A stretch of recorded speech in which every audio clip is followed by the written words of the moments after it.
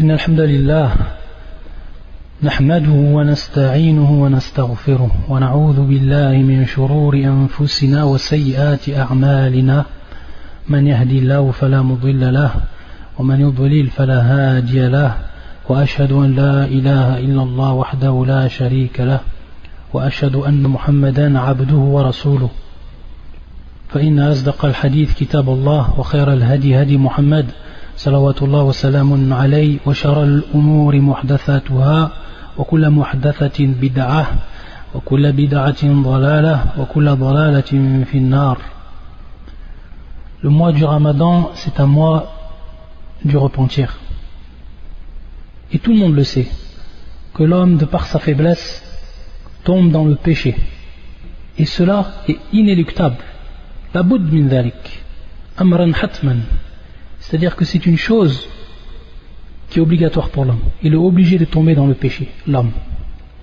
Et il est même indiqué dans un hadith authentique que si l'homme n'avait pas tombé dans le péché, Allah Azza wa Jal, subhanahu wa ta'ala, aurait créé d'autres hommes qui eux auraient tombé dans le péché et qui seraient repentis à Allah Azza wa Jal, qui auraient fait acte de repentir.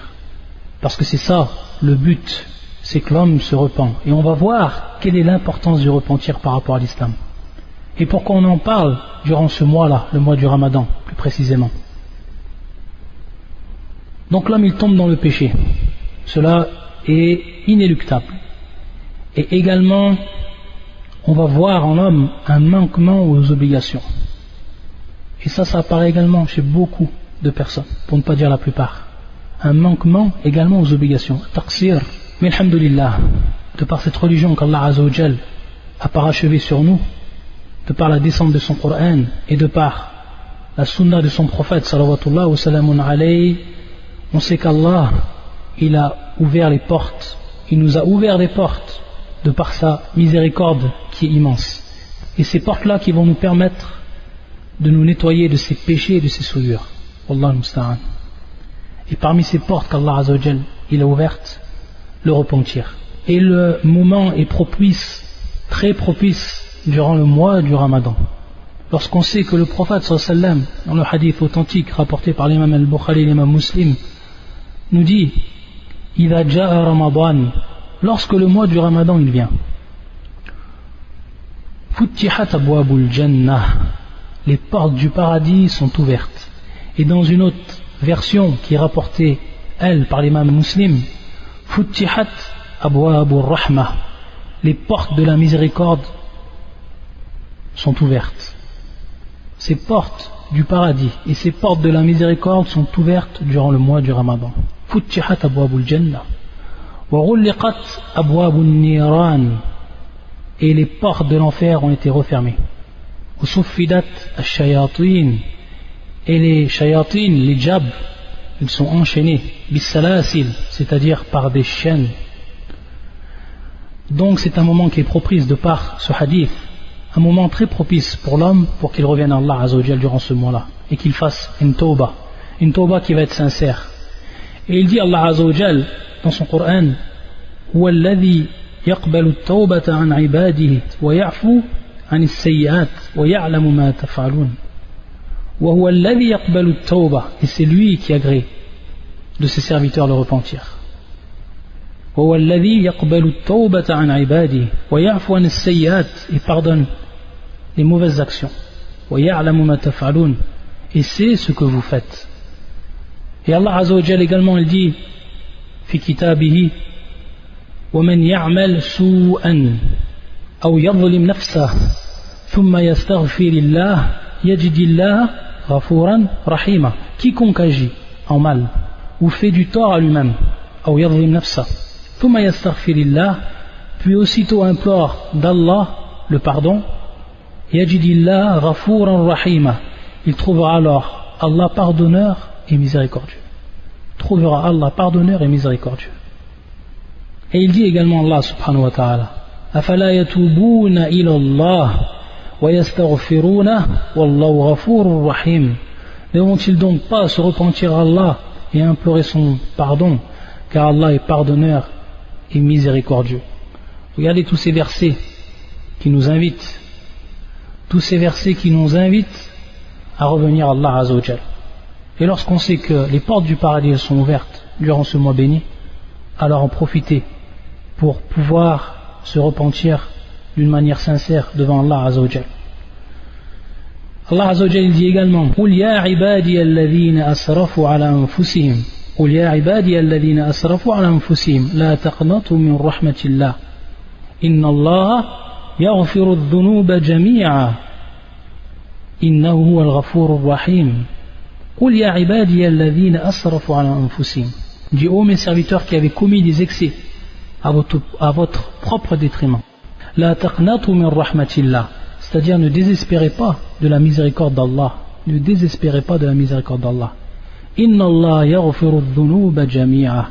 Allah Azza wa Jal, certes, Allah Azza wa Jal, c'est celui qui pardonne les péchés, tous les péchés, jami'an. Innahu wal ghafurur rahim. Comment on comprend ce verset? Dans un premier temps, on a at-targhib wal-haf ala at-tawba wal-istighfar. C'est-à-dire que dans un premier temps, à travers ce verset, on va trouver qu'Allah Azza wa Jal nous incite à demander pardon à Allah Azza wa Jal et à faire acte de repentir. Et Ibn Abbas disait à propos de ce verset d'autres, radiyallahu ta'ala anhuma, Man ayyasa ibadallah min at-tawba ba'da dhaba faqad jahada kitab Allah Azza wa Jal. Il disait ceux qui ont désespéré, les esclaves d'Allah Azza wa Jal, de cette tawba, de se repentir après cela, alors il a certes rejeté, réfuté le livre d'Allah Azza wa Jal, le Très-Haut. Allah Azza wa Jal, c'est lui qui pardonne tous les péchés. Mais comment il pardonne tous ces péchés, Allah Azza wa Jal? Est-ce qu'il pardonne tous ces péchés sans même tawba? Ou est-ce qu'il nous faut un repentir pour ces péchés? Et quels sont les péchés qu'il pardonne sans tawba et ceux qu'il pardonne avec tawba? Pour ce qui est de ce verset, bien entendu, wa muqayyad, c'est-à-dire que il va être restreint à un autre verset qui est venu mettre en évidence quel est ce jar ou quelle va être la condition pour qu'Allah Azza wa Jal pardonne tous les péchés. Et c'est le verset suivant. Wallah Azza wa Jal yaqul wa inni la ghaffar, c'est-à-dire que je suis le très pardonneur, celui qui pardonne beaucoup. La ghaffar, wa inni la ghaffar liman taba wa amana wa amila salihan thumma ihtada. Je suis le très pardonneur. Liman, pour qui? Regardez le verset ici. Liman, pour qui? Liman taba, pour celui qui se repent. Wa amana wa amila salihan, et qui a cru et fait de bonnes œuvres. Wa amila salihan thumma ihtada, qui a suivi le droit chemin. Wa inni la ghaffar, je suis le très pardonneur. Et bien entendu ici, comme cela est connu, les savants divisaient les péchés en deux catégories pour ce qui est de leur importance. Al-kaba'ir wa as-sara'ir, c'est-à-dire les grands péchés et les petits péchés. Pour ce qui est des petits péchés, il faut savoir que les bonnes actions parmi ceux qui yukaffir as-sara'ir, c'est-à-dire parmi ceux qui expient les petits péchés, en plus bien entendu de la demande de pardon à l'istighfar, ce sont des bonnes actions.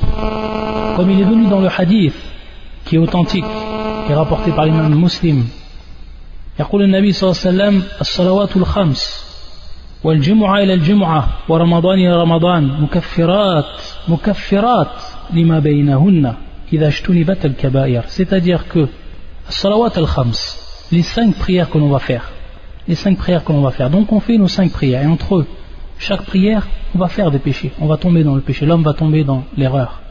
Ces prières que l'on va faire, tukaffir, c'est-à-dire qu'elles vont bien entendu expier ce qui s'est passé entre ces prières. Par exemple, entre le dhuhr et le asr, comme péché. Bien sûr ici les petits péchés. Les péchés mineurs, comme cela va être détaillé à la fin du hadith, bidnas al-hadith. As-salawatul khams, les 5 prières. Wal jumu'atu ila al-jumu'ah, également la prière du vendredi. C'est-à-dire entre les 2 prières du vendredi, les péchés qui sont passés entre ces 2 prières. C'est-à-dire du vendredi au vendredi prochain, Allah Azza wa Jalla également, il va, de par l'acquittement et de par l'accomplissement de cette obligation, il va également pardonner les péchés, les petits péchés. Wa Ramadan ila Ramadan, et également ici, ce qui est cité dans le hadith, c'est le mois du Ramadan jusqu'au mois du Ramadan. C'est-à-dire ce mois-là, et le mois qui est passé d'avant. Le mois qui est passé d'avant, jusqu'à ce mois-là, ce qu'il y a eu entre les deux, Allah Azza wa Jal, si cela a été accompli, bien entendu, ces obligations ont été faites à la loi du matloub, c'est-à-dire qu'elles ont été faites comme il se doit, comme elles ont été demandées, suivant la législation, et suivant une niya saliha, une bonne intention, alors elles permettent de pardonner ce qu'il y a entre les deux. Mukaffiratun lima baynahunna, donc elles expient. Tout cela expie ce qu'il y a entre elles, bien entendu, par rapport à la durée. Idha ijtunibat al-kabair, donc ici, une condition qui va être dite et dictée par le prophète sallallahu alayhi wa sallam, idha ijtunibat al-kabair, lorsque les grands péchés sont écartés. Lorsqu'on s'est écarté donc des grands péchés. Donc le hadith il est wadih, très clair et très explicite, et l'on comprend à partir de lui que cela concerne les petits péchés. Comme dans le verset que l'on a lu, il va comprendre également ce verset les grands péchés, mais ici à condition, comme on l'a vu dans l'autre verset, pour celui donc qui a fait l'acte de repentir, pour celui qui a fait l'acte de repentir. Et ça concerne bien entendu, et c'est une condition ici pour ce qui est des grands péchés. Même si certains savants disent que bimujarrad al-istighfar, il se peut que la personne, de par al-istighfar, c'est-à-dire la demande de pardon, qu'Allah Azza wa Jalla lui pardonne tous ses péchés. Tous ses péchés. Hada min fadlillah wa min rahmatillah. Mais qui peut prétendre cela? Qui peut avancer cela? Sachant que dans le hadith, comme il est cité, et également dans les autres versets, comme on les a compris, c'est que pour ce qui est des grands péchés, pour le pardon, il faut le repentir. Déjà dans cette vie d'ici-bas, il faut le repentir. Et également par rapport à ce verset, il ne va pas rentrer dedans ce qui est du shirk, sinon également avec le repentir. C'est-à-dire que même le plus grand des péchés qui est l'associationnisme, il faut que la personne yatoub, c'est-à-dire qu'elle se repente si elle est tombée dans l'associationnisme, qu'il soit grand ou qu'il soit petit, c'est-à-dire majeur ou mineur. Allah Azza wa Jal accepte ce repentir si durant sa vie il se repent vers lui subhanahu wa ta'ala sincèrement, et qu'ensuite bien entendu yuhsin islam, c'est-à-dire qu'il accomplit son islam comme il se doit. Taïb.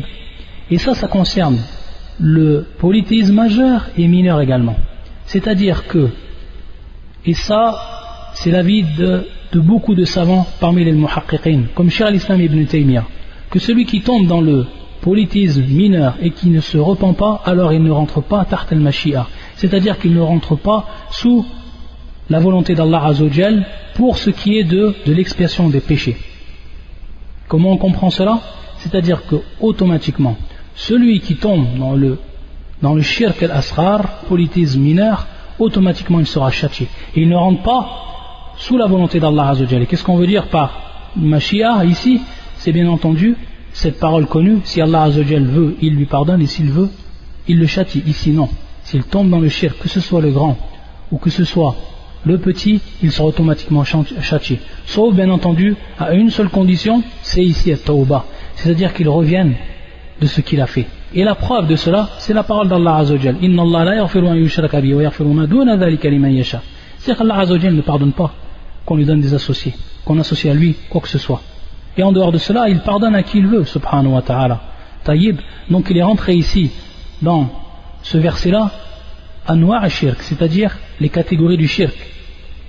Et bien entendu, al-shirk al-akbar ou al-asghar, on comprend à partir de là que si la personne elle tombe dans l'associationnisme mineur, alors il faut savoir qu'il ne sera pardonné qu'à une seule condition, c'est-à-dire al-tawbah, c'est-à-dire le repentir. Contrairement donc aux autres péchés, et on veut dire par là les grands péchés al-kabaïr, que si l'homme meurt sans tawbah, c'est-à-dire si l'homme meurt sans tawbah, alors de par ses grands péchés, il sera bien entendu taht al-mashi'a, il sera sous la volonté d'Allah Azza wa Jal, et on veut dire par là, soit Allah Azza wa Jal lui pardonnera, sans même donc cette tawbah, s'il veut, subhanahu wa ta'ala, de par sa miséricorde, ou il le châtiera, et Allah Azza wa Jal est bien plus savant de ses créatures. Et également, lorsqu'on parle donc de tawbah, et lorsqu'on parle de ce mois du Ramadan, alors voici un hadith qui peut faire frémir, wallah al-musta'an.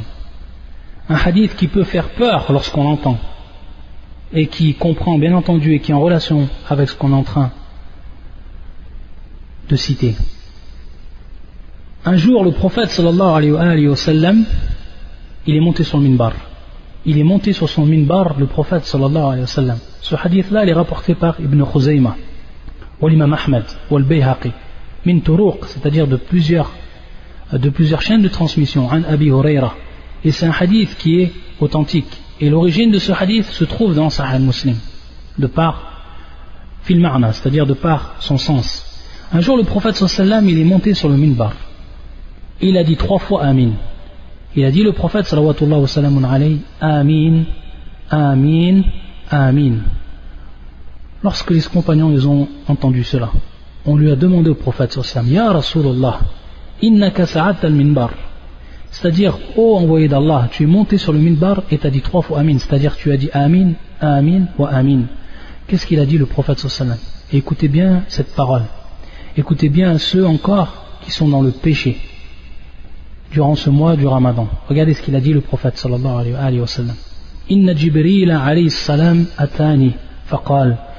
Jibril, l'ange Gabriel alayhi salam, que la paix soit sur lui, m'est venu. Il est venu au prophète sallallahu alayhi wa sallam. Faqal, et il a dit, Man adraka shahr Ramadan. Celui donc qui est parvenu au mois du Ramadan. Falam yughfaru lah, et qui n'a pas été pardonné. Fadakhala an-nar, il rentre dans le feu. Fa'ab'adahu Allah, et Allah Azza wa Jal l'écartera bien entendu ici de sa miséricorde. Alors il a dit de dire, Jibril au prophète sallallahu alayhi wa sallam, Qul Amin, dis Amin. Ici c'est bien entendu en forme d'invocation, c'est-à-dire qu'il va invoquer à ceux qui n'ont pas été pardonnés durant ce mois, qui n'ont pas eu l'opportunité, ou plutôt qui n'ont pas profité de ce moment propice pour revenir à Allah Azza wa Jal, pour faire acte de repentir et pour demander pardon à l'istighfar, demander pardon à Allah Azza wa Jal de ses péchés, de leurs péchés. Qul Amin, faqultu Amin, Amin, Amin. C'est-à-dire que le prophète sallallahu alayhi wa sallam, il a répété 3 fois Amin par rapport à ce que Jibril a dit comme invocation, à titre d'invocation ici. Wallah al-musta'an.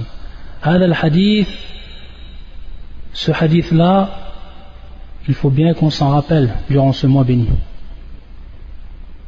Et qu'on se rappelle cette dua de Jibril, alayhi salam, contre ceux qui ne vont même pas profiter de ce mois-là pour demander pardon à Allah Azza wa Jal et de se repentir donc, de se repentir à leur Seigneur, subhanahu wa ta'ala. Wallah al-musta'an. La ilaha illallah. Et pour ce qui est de Tawbah,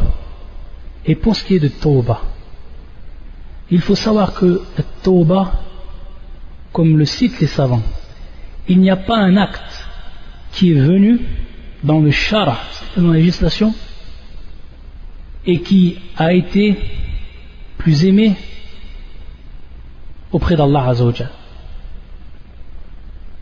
لأن Allah Azza wa Jal, il se réjouit. Réjouissance ici. Al-Farah. Al-Farah, il se réjouit lorsque l'homme revient à lui repentant. Il se réjouit, Allah subhanahu wa ta'ala. Al-Farah. Et Al-Farah, tab'an, min sifatillah. C'est-à-dire que ça fait partie des attributs d'Allah Azza wa Jal. Un attribut qui est propre à lui, subhanahu wa ta'ala. Yaliqu bi jalalihi. Un attribut qui lui appartient, qui est propre à lui, subhanahu wa ta'ala, et dont il ne ressemble à personne parmi ses créatures à travers cet attribut, comme tous les autres attributs. Et tout le monde connaît ce hadith qui est rapporté par les mêmes musulmans. Mais ici, à titre de rappel, pour qu'on se rappelle comment Allah Azza wa Jal, il aime cette tawbah, et comment ce hadith il est venu pour nous expliquer comment cet acte il va être accueilli par Allah subhanahu wa ta'ala. Et tout le monde sait, lorsqu'une des personnes, comme nous l'a informé le prophète sallallahu alayhi wa sallam, s'est perdu dans le désert et qu'il a perdu sa monture, et que sous sa monture il y avait bien entendu az-zad, c'est-à-dire ce qu'il a emporté comme nourriture, comme boisson, ce qu'il avait besoin bien entendu durant son voyage, az-zad. Qu'est-ce qu'il a dit quand il lui est arrivé cela? Il a dit arji'u ila makani alladhi kuntu fihi anam hatta amut. C'est-à-dire, je vais revenir donc à l'endroit où j'étais avant que je perde ma monture et que je dors jusqu'à que je meure. C'est terminé, je suis dans le désert, terminé. Comment vais-je faire maintenant sans une seule nourriture, sans même pouvoir monter sur ma monture afin de me diriger? Regardez comme il a pensé, que c'est terminé. Donc il a vu al-halak, il a vu la perdition devant lui, il a vu la mort devant lui, pour bien comprendre ce hadith. Après qu'il dort, فَإِسْتَيْقَظَ وَعِنْدَهُ رَاحِلَةُ وَعَلَيْهَا زَادُ وَطَعَامُ وَشَرَابُ. Lorsqu'il s'est réveillé, alors qu'il croyait que c'était fini pour lui, il va voir devant lui sa monture. Et sur sa monture, il va voir donc sa nourriture. Il va voir la boisson telle qu'elle était auparavant devant lui. Regardez donc comme il va être joyeux. Regardez la réjouissance qu'il va sentir. Est-ce qu'on peut ressentir une réjouissance plus forte que cela à ce moment-là? Qu'est-ce qu'il nous dit le prophète sallallahu alayhi wa sallam? Fallahu ashaddu farahan bitawbati al-'abdi al-mu'min min hadha bi rahilati wa zadi. Subhanallah.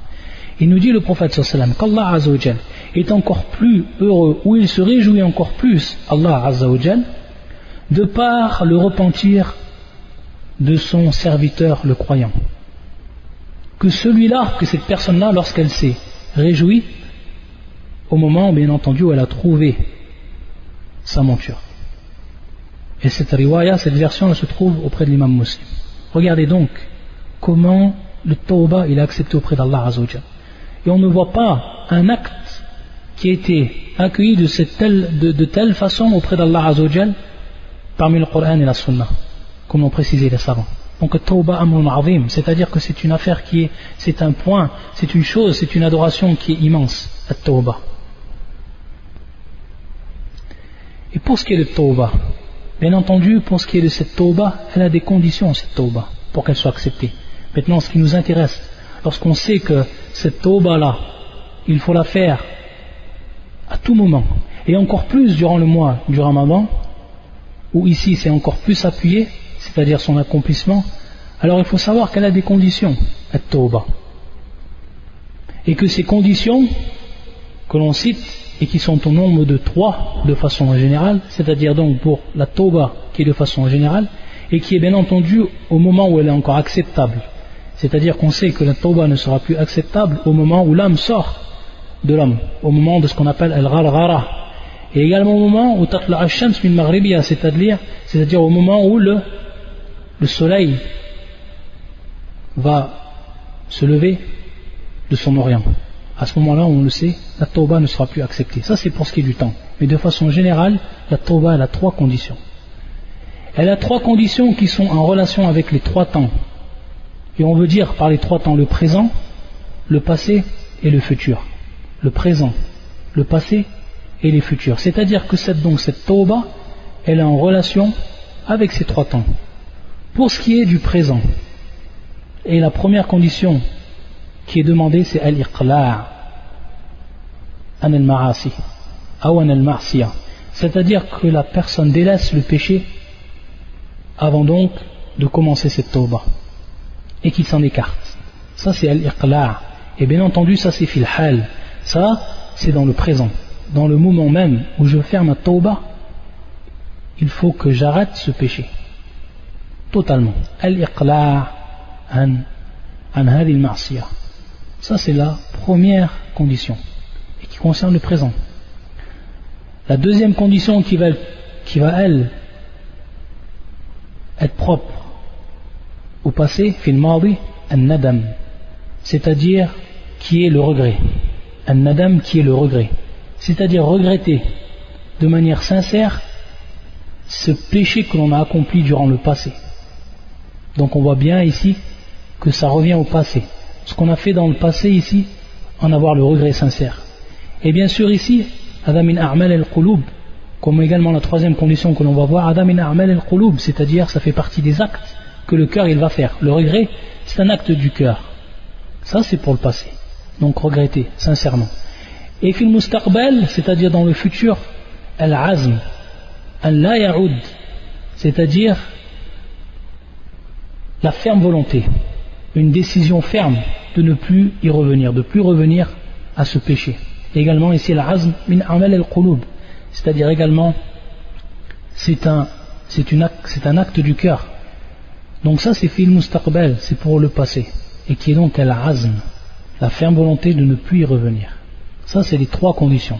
Et bien entendu l'autre condition également qui est citée et qui est plus particulière, c'est dans le cas où on a par exemple pris le bien d'une personne ou autre, alors, qui est bien sûr considéré comme un péché, alors bien entendu lui rendre ce qui a été pris.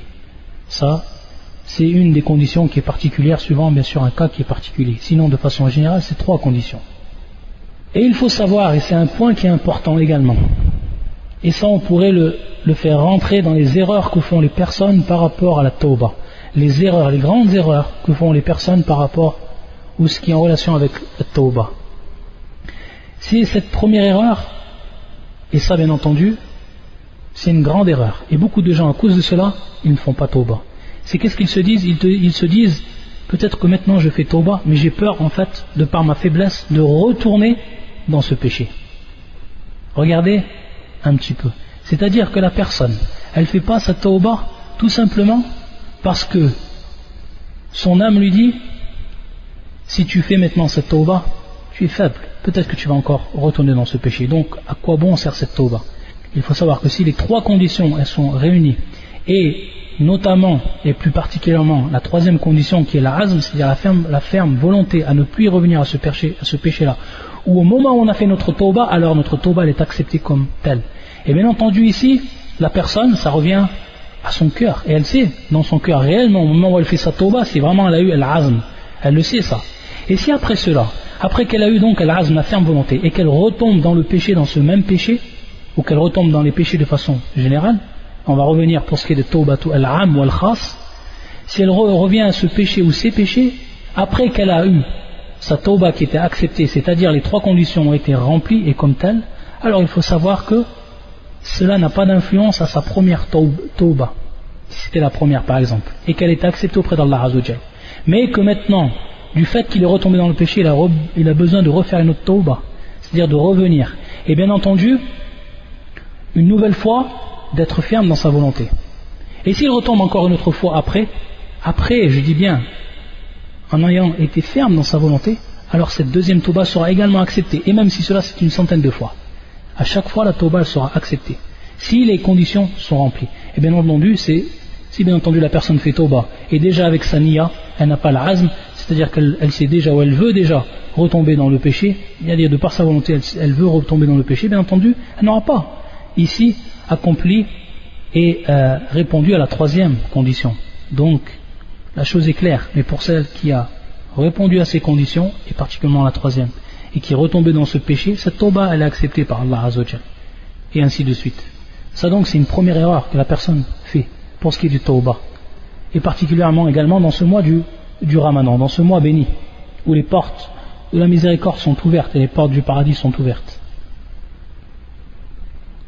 Également une erreur qui est faite, et une erreur qui est importante, c'est ta'jil at-tawba, c'est-à-dire toujours remettre la tawba et le repentir à plus tard, c'est-à-dire le retarder. Également ça c'est une grosse erreur. Et bien souvent ça vient de ce que la personne croit qu'elle va mourir bien plus tard. Al-amal, c'est-à-dire qu'elle a encore l'espoir qu'elle va vivre longtemps. Qui c'est qui t'a dit que demain tu ne vas pas mourir? Qui t'a fait prendre connaissance de la date de ta mort? Personne. Personne. Hada min al-ghaib. Ça fait partie de l'invisible. Personne ne peut savoir quand il va mourir ou où il va mourir. Donc également une des grandes erreurs qui est faite par l'arabe et qui est ta'jil at-tawba, c'est-à-dire remettre le repentir et le retarder. Également une grande erreur qui est faite chez ceux qui veulent la tawba, ceux qui pratiquent, qui font acte de repentir, c'est ce qu'on appelle al-ghaflatu an at-tawba. Mimma la ya'lamu al-'abd min dhunubihi. C'est que dans certains cas, et ça c'est grave également, c'est que dans certains cas, la personne, elle fait des péchés, soit des péchés qui sont dissimulés, ou soit elle fait des péchés dont l'homme l'ignore. C'est-à-dire qu'elle fait des péchés dont elle ignore que ces péchés sont des péchés. Que ces péchés sont des péchés, considérés comme des péchés. La personne, elle l'ignore. Donc comment elle va faire tauba d'un tel péché? Et également, comment elle va faire tauba d'un péché qui est dissimulé, c'est-à-dire qu'elle ne voit pas et qu'elle ne ressent pas, et pourtant c'est bel et bien un péché. Et ici, la seule condition pour que cela soit, bien entendu, effacé et accepté, c'est ce qu'on appelle donc at-tawbatu amma, c'est-à-dire une tauba qui va être générale. Et maintenant, on va voir qu'il y a deux sortes de tauba. C'est-à-dire la tauba, le repentir qui est général. C'est-à-dire que la personne, elle fait un tauba de tous ses péchés. Qu'elle fait un tauba de tous ses péchés. La personne, elle a plusieurs péchés. Elle décide de faire un tauba de tous ces péchés-là. Ça, c'est taubatun amma. Et bien entendu, par rapport à ça, si la tauba elle est acceptée et si elle est faite comme il se doit, alors tous les péchés seront effacés et Allah Azza wa Jal va accepter cette tauba comme telle. Mais il y a également, et donc c'est ici qu'elle a son rôle cette tauba, c'est-à-dire qu'elle va non seulement nous pardonner les péchés qui sont dissimulés, mais également les péchés qui sont ignorés. Et on va revenir à un hadith du prophète sallallahu alayhi wa sallam, et qui est également une invocation que l'on va maintenant apprendre tout le monde, tellement elle est importante cette invocation, que tout le monde va apprendre, qu'on va l'écrire en arabe, en phonétique s'il le faut, et également en français sa traduction, pour qu'on l'apprenne et qu'on la sache cette dua, tellement elle est importante. Pour ce qui est donc de la deuxième tauba, c'est celle qui est khassa, taubatun khassa, celle qui est particulière. Et on veut dire par là, celle qui est particulière, c'est la personne a plusieurs péchés, mais elle fait la tauba par rapport à un péché, c'est-à-dire qu'elle veut arrêter ce péché-là, qui est particulier. Et donc elle fait un tauba par rapport à ce péché. Ça, c'est ce qu'on appelle taubatun khassa. Donc, bien entendu, si la personne fait tauba par rapport à ce péché sera pardonné. Et ce repentir sera accepté par rapport à ce péché. Par rapport à ce péché, il sera accepté, bien entendu. Mais les autres péchés restent comme tels. Taïb. Donc ça, c'est at-tawbatul khassa, celle qui est particulière. Donc différence entre celle qui est am et celle qui est particulière. Et celle qui est particulière et qui va être faite par l'abd, bien entendu ici, il ne va pas rentrer, il ne va pas pardonner les péchés qui sont dissimulés, ou ceux dont l'homme ignore que ce sont des péchés, qui sont comme tels. Et ici, un hadith qui nous concerne et qui est très important. Un hadith qui est rapporté par l'imam al-Bukhari fi Adab al-Mufrad, qui est un hadith authentique, où le prophète sallallahu alayhi wa sallam a dit Ash-shirku fi hadhihi al-umma akhfa min dabib an-naml. Il a dit le prophète sallallahu alayhi wa sallam, l'associationnisme, et qui fait bien entendu, l'associationnisme fait partie des péchés, il est considéré comme un péché. Lorsque on dit al-kabaïr, les grands péchés, bien entendu, ça c'est un istilah, c'est-à-dire c'est une convention que l'on dit pour différencier ce qui est des grands péchés et qui rentrent donc tart al-mashia, qui rentrent donc sous la volonté d'Allah Azza wa Jalla. S'il veut, il pardonne, s'il veut, il ne pardonne pas pour celui qui n'a pas fait repentir, contrairement au shirk. Mais le shirk, kadjins, c'est-à-dire comme nature, c'est un péché, considéré comme un péché, le plus grand des péchés. Ash-shirku fi hadhihi al-umma akhfa min dabib an-naml. C'est-à-dire, le prophète sallallahu nous informe que l'associationnisme dans cette communauté est encore plus dissimulé. Il fait une comparaison ici. Lorsqu'on voit une fourmi, cette fourmi elle marche, cette fourmi lorsqu'elle marche sur ses pattes, il y a un bruit qui va en sortir automatiquement. Mais ce bruit il est tellement infime, est-ce que c'est possible qu'on l'entende? Est-ce que c'est possible qu'on entende donc, de par nos propres oreilles, qu'on entende donc cette mouche, ou parfois cette fourmi qui est en train de marcher? Bien sûr non. Le prophète sallallahu alayhi wa sallam fait une comparaison par rapport à cela. Il dit akhfa min dabib an-namr, c'est-à-dire qu'il est encore plus dissimulé que ce bruit que fait la fourmi lorsqu'elle marche. Faqala Abu Bakr, lorsqu'il a entendu cela, Abu Bakr As-Siddiq radiyallahu ta'ala an, قال فكيف الخلاص من يا رسول الله, c'est-à-dire comment on va s'en débarrasser donc de cela au prophète d'Allah. Et c'est à ce moment-là que le prophète il va lui enseigner une dua, et donc il l'enseigne à Abu Bakr, il l'enseigne à sa communauté présente et à sa communauté à venir, à tout le monde, à tous les musulmans. Et cette dua qui est la suivante: Allahumma inni a'udhu bika an ushrika bik wa ana a'lam wa astaghfiruka lima la a'lam wa astaghfiruka lima la a'lam. Allahumma inni a'udhu bika an ushrika bik wa ana a'lam. Ça c'est la première partie. Allahumma inni a'udhu bika an ushrika bik wa ana a'lam. C'est-à-dire ici, on demande, ô mon Seigneur, on demande ici la protection. On demande à Allah Azza wa Jal la protection, ô mon Seigneur, je demande donc protection auprès de toi, inni a'udhu bika an ushrika bik. C'est-à-dire que je fasse acte d'associationnisme, que j'associe à toi. Donc, quoi que ce soit. An ushrika bik wa ana a'lam. Et je suis, et je sais, c'est-à-dire je suis conscient de cela, et j'ai science de cela. Donc ici, c'est en état de science. Wa ana a'lam, c'est-à-dire que je sais ce que je fais. Taïb, donc ici on demande de se protéger pour pas tomber dans ce qu'on sait qui est shirk et qu'on pourrait y tomber dedans. Donc avec science, bi'ilm ici. Allahumma inni a'udhu bika an ushrika bika wa ana a'lam. Allahumma inni a'udhu bika an ushrika bika wa ana a'lam. Et la deuxième partie, wa astaghfiruk lima la a'lam. Et je demande donc pardon, et je te demande donc pardon pour ce que je ne sais pas, dont je n'ai pas science, la a'lam. Wa astaghfiruka lima la a'lam. Et je te demande pardon pour ce que je ne connais pas et je ne sais pas, dont je n'ai pas science. Donc regardez cette dua comme elle est importante, et donc tout musulman il l'apprend et il la répète cette dua, et il l'a dit: Allahumma inni a'udhu bika an ushrika bika wa ana a'lam wa astaghfiruka lima la a'lam. Et également une mise en garde qui est faite, et c'est le dernier point Inch'Allah par rapport à ce sujet-là, c'est tawbatul kadhabin. Tawbatul kadhabin, c'est-à-dire le repentir des menteurs. Le repentir des menteurs. Ceux en fait qui vont délaisser les péchés à cause d'un mania, c'est-à-dire que ce soit une maladie, une chose qui les a empêchés de faire ces péchés. C'est-à-dire que ce soit à cause d'une maladie ou que ce soit une cause quelconque. Ou alors également de peur ou dans l'espoir d'une place d'honneur. C'est-à-dire la personne a peur de perdre sa place, une bonne place qu'elle a, alors elle délaisse le péché. Ou alors au contraire elle veut atteindre une place dans la société ou autre, et donc elle délaisse également ses péchés dans ce but-là. Et si bien entendu, et elle va considérer ça comme tawbah. Et si ensuite l'occasion lui revient donc de refaire ses péchés, que la maladie cesse, se dissipe, il soit guéri, ou que cette impossibilité devienne possibilité, alors on le voit qu'il revient directement à ce péché. Ça c'est tawbatul kadhabin. Ça c'est le repentir des menteurs. Ayyadan billah.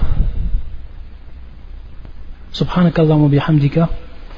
أشهد أن لا إله إلا أنت أستغفرك وأتوب إليك وصلى الله على محمد وعلى آله وصحبه أجمعين والسلام عليكم ورحمة الله وبركاته.